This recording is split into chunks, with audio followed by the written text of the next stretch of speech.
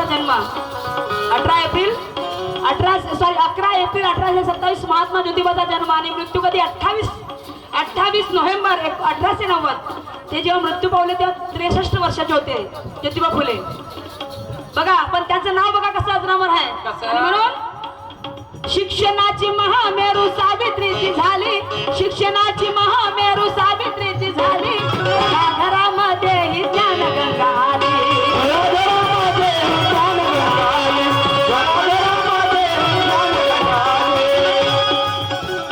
लाखो करोडो मुलींची माय झाली, लाखो करोडो मुलींची माय झाली, शृंखलाची गाणी इथे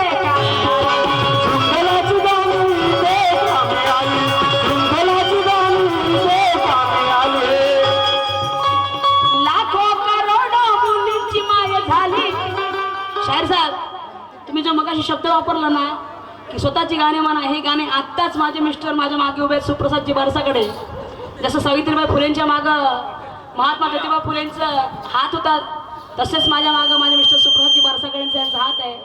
ते तुरंत हे आत्ताच 5 मिनिटाच्या आधी दिलेले गाणं मी तुमच्यासमोर सादर करते आहे.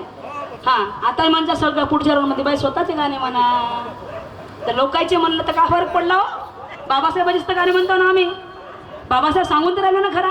बरं मावल्यांना मी गाणं म्हणते तुम्हाला समजते की नाही समजा. आमच्या अंतकरावर हात ठेवून सांगा बरं समजते की नाही समजत.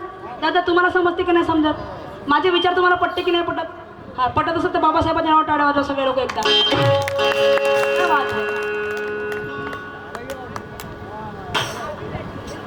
आप बोलिए पूरी फरमाइश पूरी कर देंगे हम.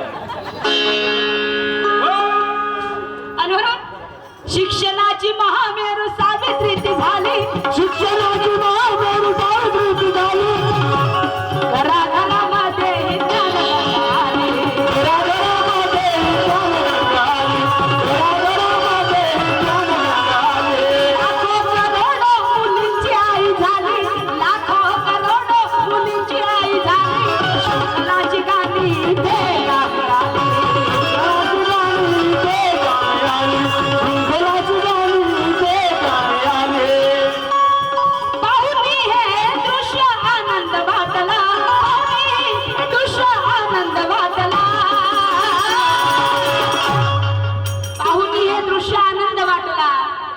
ज्योतिबा फुलेंनी महात्मा ज्योतिबा फुलेंचा माता सावित्रीचा. तुमचा आवाज माझ्यापर्यंत येत नाहीये तर तुमचा आवाज त्या पुण्यापर्यंत जाणार आहे का. ज्योतिबा फुलेंनी शाळा काढली तिथपर्यंत जाणार आहे का. बाबासाहेबांनी नागपूरच्या दीक्षाभूमीवर 14 ऑक्टोबरला दीक्षा घेतली तिथपर्यंत जाणार आहे का तुमचा आवाज. तुमचा आवाज येतच पोहोचत नाही माझ्यापर्यंत. डोंगरे साहेब तर दिल्लीच्या तक्त्यावर तर सोडा आपण नागपूरपर्यंत यायचा आवाज जात नाही. जेवले का नाही जेवले तर माहित नाही. हा तुम्ही जेवण दिले नाही का काली आणलं. हा देऊन दे जा मायाकडून.